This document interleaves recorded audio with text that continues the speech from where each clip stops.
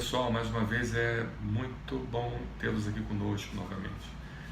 Hoje nós vamos falar um pouquinho da segunda etapa do controle de ambiente. Ontem nós falamos sobre a questão da forração do colchão de travesseiro, como um importante aliado no controle e na proliferação dos ácaros, e hoje nós vamos falar sobre os objetos que nós devemos evitar dentro de casa. Então, todo o objeto que acumule poeira, que acumule os chamados alérgenos, eles têm que ser evitados. E a limpeza deles também tem que ser feita com substâncias que não causem irritação na mucosa respiratória. Então, no caso, o tapete, a cortina, o carpete, o edredom, o bicho de pelúcia, tudo isso é um grande acumulador de alérgenos. Então, principalmente no nosso quarto, nós temos que evitar, porque como nós conversamos ontem, nós passamos 1/3 das nossas vidas sob o colchão travesseiro, respirando todo o mofo, todo o ácaro, toda a poeira, tudo aquilo que está no colchão travesseiro. E esse colchão travesseiro está dentro do nosso quarto. Então nós passamos também 1/3 das nossas vidas, ou seja, 8 horas por noite, dentro do nosso quarto. Então o nosso quarto tem que ser um exemplo para a casa. Não pode ter tapete, a cortina tem que ser substituída por persiana, não pode, em hipótese nenhuma, ter carpete, porque o carpete é um grande acumulador de poeira. O piso ele precisa ser lavável, você tem que ter a facilidade de lavar esse piso, além da forração do colchão e travesseiro que nós falamos, e também a questão da coberta que você vai usar, ou seja, a coberta e o travesseiro, a travesseira, apesar de ser forrado, ele não pode ser de origem animal, assim como a coberta. E como nós havíamos conversado ontem, todos os produtos à base de queratina, eles são fontes de alimentos para o ácaro, que é o principal causador dos processos alérgicos. Então, se por acaso você tem algum tipo de produto de origem animal, você não pode usá-lo, porque aquilo ali é uma fábrica contínua e constante de ácaro.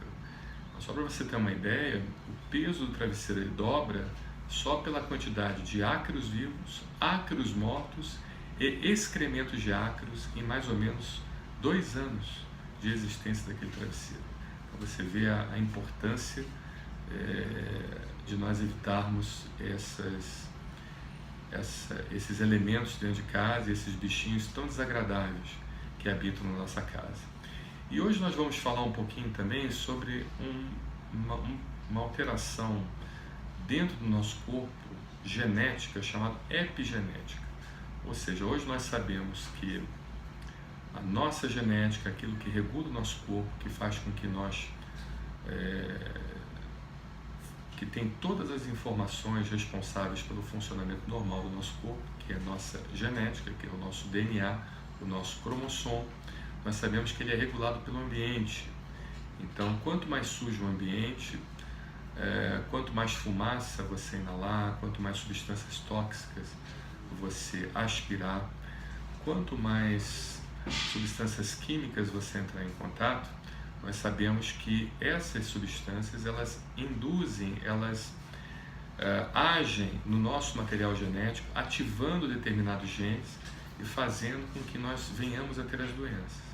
E não só isso, que é muito importante, o mais importante, não é a saúde somente para a nossa pessoa, mas também para os nossos descendentes. Porque essa informação de ativação do material genético, ela passa para os nossos descendentes. Então, vou dar um exemplo para vocês. Uma mulher que fuma.